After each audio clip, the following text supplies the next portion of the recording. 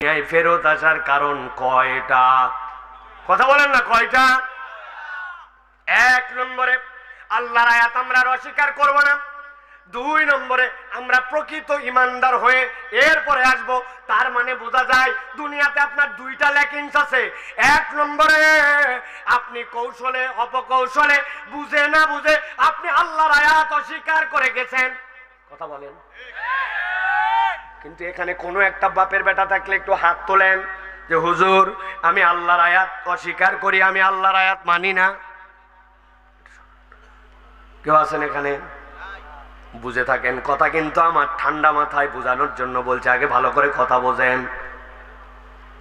আমরা এখানে একজনও বলতেছি না যে আমরা আল্লাহর আয়াত অস্বীকার করি, কিন্তু একটু হিসাব যদি মিলাই তাইলে আমরা দেখব আমরা বুঝে না বুঝে আল্লাহর আয়াত অস্বীকার করে থাকি, ঠিক না? সবচেয়ে সিম্পল উদাহরণ, যার থেকে আর সিম্পল কোনো উদাহরণ হয় না। কোন একজন লোককে আপনি বলেছেন, ও ভাই আপনি নামাজ পড়েন? হ্যাঁ।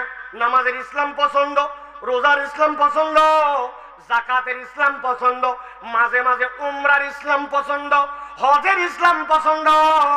কিন্তু তারে বলছেন এই দেশের টাকাগুলা বিদেশে পাচার হয়ে গেল, ব্যাংকগুলাকে হলিলুট করে ফেললো, রাস্তাগুলা যেমনি বানানোর কথা ছিল ফাঁকি মারলো, রাস্তার টাকা খাইয়ে ফেললো।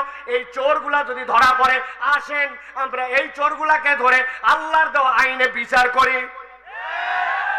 আপনি বলতেছেন ঠিক, কিন্তু অনেক লোক আছে বলবে ভাই কি উল্টা পাল্টা কথা বলেন।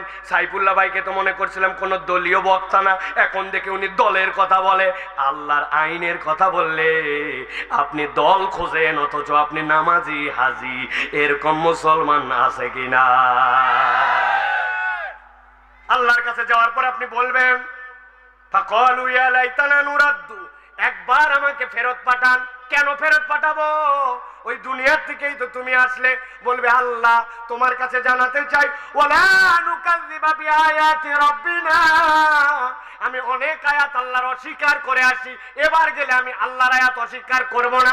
তার মানে বোঝা যায় আপনার মাথায় কাজ করুক বা না করুক, আপনার ব্রেনে ধরুক বা না ধরুক, আপনাকে স্বীকার করতে হবে আল্লাহর বিধানের উপরে কোনো বিধান নাই, ঠিক না?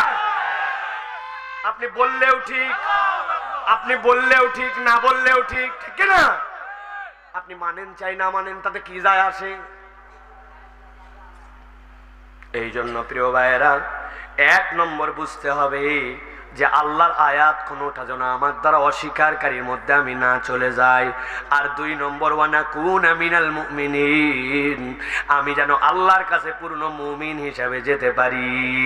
এই মাহফিলগুলা খেলতামাশার মাহফিল নয়, এই মাহফিলগুলা এই বুঝ অর্জন করার জন্য কার্যকর প্রতিষ্ঠান, ঠিক না?